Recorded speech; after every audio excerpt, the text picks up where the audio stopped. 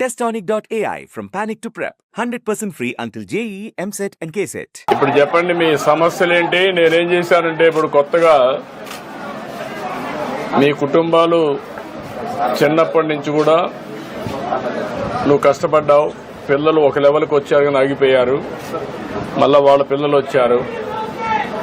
ఇప్పుడు గవర్నమెంట్ కూడా అనేక కార్యక్రమాలు చేస్తున్నాం. ఇప్పుడే నేను వెల్ఫేర్ హాస్టల్లో పోయి వచ్చాను. అది కూడా రెసిడెన్షియల్ స్కూల్స్ పెట్టింది ఎన్టీ రామారావు గారు ముఖ్యమంత్రిగా ఉండి పెట్టాం. తర్వాత నేను అవన్నీ కూడా బాగా ఇంకా కట్టాం. పరిశుభ్రంగా ఉన్నాయి, బాగానే ఉన్నాయి, బాగా పిల్లలు చదువుకుంటున్నారు. కానీ మీ కుటుంబాలు ఇంకా పేదరికంలో ఉన్నాయి. అది డబ్బులు వస్తున్నాయి, కొంతమంది సంపాదిస్తున్నారు, మీరు మాత్రం కొంత ఇంకా పేదరికంలో ఉన్నారు. దాన్ని ఏ విధంగా చేయాలని ఆలోచించినప్పుడు నేను అనేక కార్యక్రమాలు ఇస్తున్నాను. నీకు పెన్షన్ ఇస్తున్నాం, పిల్లల్ని చదివిస్తున్నాం, ఇండ్లు కట్టిస్తున్నాం, లేకుంటే కరెంటు 200 యూనిట్లు ఉచితంగా ఇస్తున్నాం. ఇవన్నీ చేస్తున్నాం. అది చేస్తూనే ఇలాంటి సమాజంలో పైకి వచ్చారు వీళ్ళు. వాళ్ళని కూడా తీసుకొచ్చాం. మీ ఇంటికి గెస్ట్గా తీసుకొచ్చా. ఇప్పుడు ఆయన మార్గదర్శి అని ఒక పేరు పెట్టాను. ఆయన సమాజం వల్ల పైకి వచ్చాడు. మీరు ఇంకా సమాజంలో కిందనే ఉన్నారు. ఈ ఊర్లోనే పుట్టారు, ఇక్కడే ఉన్నారు. మీ ఊర్లో కొంతమంది పైకి వచ్చారు, విదేశాలకు పోయారు. కానీ మీరు మాత్రం ఇక్కడే ఉన్నారు. కాబట్టి మిమ్మల్ని కూడా ఆర్థికంగా ఎట్ట పైకి తేవాలి, మీకు కూడా మెరుగైన జీవన ప్రమాణాలు ఎట్టివ్వాలి. ఇప్పుడు నువ్వేం చదువుకున్నావు? 10th class. అమ్మాయి 10th క్లాస్ చదివింది, ఏఎన్ఎం చేసింది, నిలిపేసింది. ఇప్పుడు ఇవన్నీ చూసిన తర్వాత నువ్వు ఒకసారి వీళ్ళందరితో కూర్చొని మాట్లాడావు. ఇప్పుడు మేము ఇల్లు కట్టేది, ఇంటి జాగా ఇచ్చేది, గ్యాస్ ఇవ్వడం. ఏమ్మా నీకు గ్యాస్ ఇచ్చాను చెప్పకుండా నేను ఎప్పుడు ఇచ్చాను? మొదట ఎన్నేళ్ళు అయింది? ఎన్నేళ్ళు?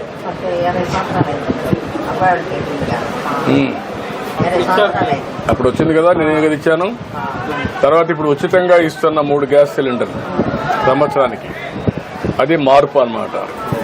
సరే, ఇవన్నీ చేస్తున్నాం. గ్యాస్ ఇస్తాం, ఇల్లు ఇస్తాం, నీళ్లు ఇస్తాం, టాయిలెట్ కట్టిస్తాం, అన్ని చేస్తాం. మీ ఇంటికి ఇంటర్నెట్ ఉందా లేదా? ఇంటికి లేదు ఇంటర్నెట్. టెలిఫోన్ కానీ ఇంటర్నెట్ లేదు. నీకు సెల్ ఫోన్ ఉందా? నీకు సెల్ ఫోన్ ఉంది.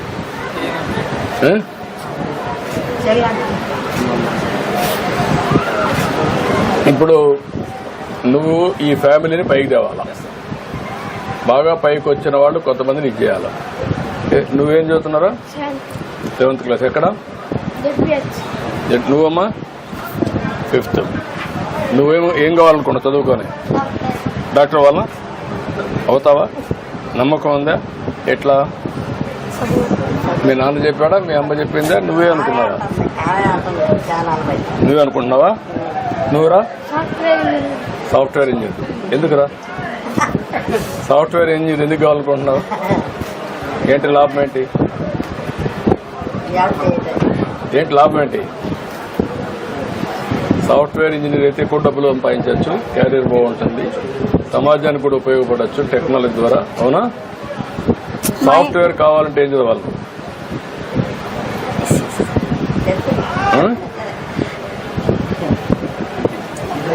గోల్ పెట్టుకున్నావు, అది కావాలంటే ఇప్పటి నుంచి ఎట్లా చదవాలి? బాగా చదవాలి. రెండోది, ఏ సబ్జెక్ట్ మీద ఎక్కువ శ్రద్ధ పెట్టాలి? మ్యాథ్స్. నువ్వమ్మా ఏ సబ్జెక్ట్ మీద ఎక్కువ శ్రద్ధ పెట్టాలి? డాక్టర్ కావాలంటే దేని మీద పెట్టాలి శ్రద్ధ? సైన్స్ మీద పెట్టాలి. నువ్వు సైన్స్ చదువుకుంటే డాక్టర్ అవుతావు, నువ్వు మ్యాథ్స్ చదువుకుంటే సాఫ్ట్వేర్ ఇంజనీర్ అవుతావు. అన్ని చదువుకోవాలి, దీని మీద కూడా ఇచ్చేయాలి. ఇప్పుడు నువ్వు ఇక్కడే స్కూల్లో చదువుతున్నావా? నువ్వు కూడా ఇక్కడే స్కూల్ ఉన్నా? ఇప్పుడు నేను ఆయనకు అప్పచెప్తున్నా, మిమ్మల్ని అందరినీ నేను మానిటర్ చేస్తాను ఎప్పటికప్పుడు ఆన్లైన్లో. ఇప్పుడు మీ శక్తి ఎంత ఉందో అంతమందిని ఈ ఊర్లో తీసుకొని మీరు మనుషులను పెట్టి వీళ్లకు అన్ని విధాలా సహకరించి నేను చెప్పిన మినిమం చేసే బాధ్యత నాది. అక్కడి నుంచి ఆర్థికంగా పైకి తీసుకొచ్చే బాధ్యత వాళ్ళకి. ఎప్పటికప్పుడు మీరు సలహాలు ఇవ్వడం, హ్యాండ్ హోల్డింగ్ ఇవ్వడం. ఈ పిల్లలు చదువుకోవాలి, ఎట్ట చదివించాలి. 10th క్లాస్, ఇప్పుడు 7th క్లాసు, ఈ అమ్మాయి 5th క్లాసు. నెక్స్ట్ ఏ స్కూల్ చదువుతున్నారు, ఎట్లా చదివిస్తారు, క్వాలిటీ ఎడ్యుకేషన్ అట్టి ఇప్పించాలి. మీరు మెంటర్ ఇప్పుడు మీ పిల్లల్ని ఎటు చూసుకుంటారో ఈ ఇద్దరు పిల్లల్ని మరి చూసుకోవాలి. అది చూసుకొని వీళ్ళని కూడా ఈ కుటుంబాన్ని ఏ విధంగా బాగు చేస్తే ఇక్కడున్నారు ఒక 2 ఆవులు పట్టిస్తే ఒక 15,000 20,000 అదనపు ఆదాయం వస్తుంది. అలాంటి కార్యక్రమాలు కూడా ఫ్యామిలీకి చేస్తాం. అది కూడా మీరు మానిటర్ చేయాలి. వీళ్ళకి మాత్రం చదివించాలి. మీరు ఒక ప్రణాళిక తయారు చేయాలి. నీకు ఒక విజన్ ఉంది కదా, మీ కంపెనీకి ఒక విజన్ ఉంది కదా, ఇంకా 5 ఏళ్ళు ఏం కావాలని కదా.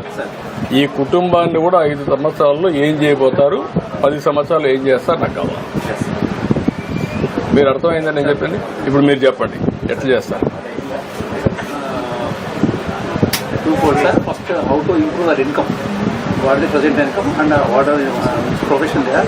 To enhance that profession, how we will help them, we will guide them. And secondly, this is studies of the children. We will counsel them and we will see them how which better school we can send them, or which school is enough.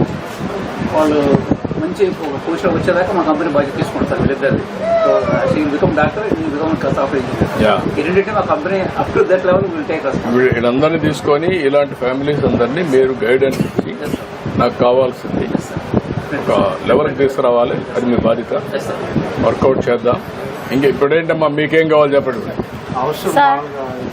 ఆ ఇల్లు నేను sanction చేస్తున్నారు, collector చెప్పాను. ఇల్లు కట్టించేస్తాం. Collector ఇక్కడ ఉన్నాడు, ఇల్లు కట్టించేస్తారు, డబ్బులు ఇస్తారు. సార్ నాది ఏంటమ్మా అయిపోయింది కదా, జాబ్ కావాలండి. అది కూడా ఎక్కడ పెట్టించాను. మీరు ఇద్దరు కలెక్టర్ మీరు ఇద్దరు కలిసి ఎక్కడ అమ్మాయి చేయగలుగుతుంది అక్కడ పెట్టండి.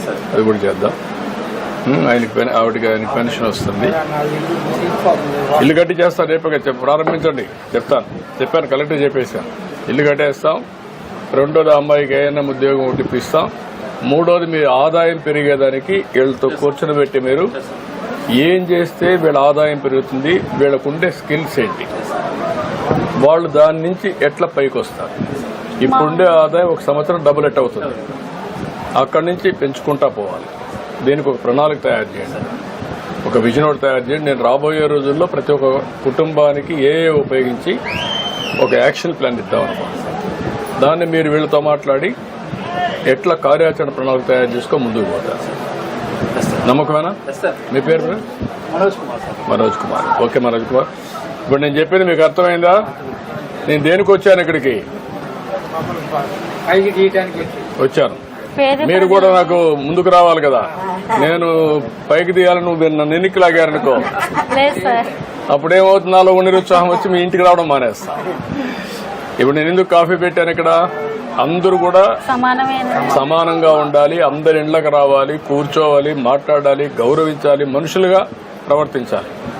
కొన్ని కారణాల వల్ల మీకు డబ్బులు లేవు. నీ దగ్గర డబ్బులు ఉందనుకో, ఊర్లో అందరి దగ్గరికి వస్తారు కదా, రారా? డబ్బులే సంపద వస్తే అందరూ వస్తారు. మీకు తెలివితేటలు లేక కాదు, అవకాశం రాల. అప్పట్లో మీకు అవకాశం రాలా. బాగా చదివిస్తే ఈ పిల్లలు అందరికంటే బాగా తయారవుతారు, అగ్రవర్ణాల కంటే బెటర్గా తయారవుతారు. అందరూ బాగుండాలి నా ఆలోచన. ఈ ఆలోచన ఉన్నప్పుడు మీరు కూడా సహకరించాలి. కుటుంబాలు నా ఒకటే చెప్తున్నా, అందరి బాగుల కోసం పనిచేస్తున్నా, ఏ ఒక్క వ్యక్తి కోసం కాదు. నేను ఇచ్చే ప్రణాళిక ఇప్పుడు ఆయన తీసుకొచ్చాను. మనోజ్ కుమార్ ఎక్కడో ఉంటాడు, ఇండస్ట్రియల్ ఏసీ రూమ్ లో ఉంటాడు, మీ ఇంటికి తీసుకొచ్చా. దేనికోసం? మీకోసం తీసుకొచ్చా. ఈ లోపల జగన్ గారు గెలిచాక నేను ఢిల్లీ ఈయన అన్నారు. స్లాబ్కి వచ్చి మా పెద్ద కొడుకు ఆలోచన అయిపోయింది. కొత్తగా తిరిగిన మాకు సమాధానం చెప్పిన బట్టి చాలా తప్పు చేశారు. ఇవన్నీ వాళ్ళ ఇష్ట ప్రకారం చేశారు. పేదవాళ్ళు కూడా వివక్ష చూపించారు రాజకీయంగా. అదే నేను చెప్పేది తప్పది. పేదరికానికి పార్టీలు లేవు.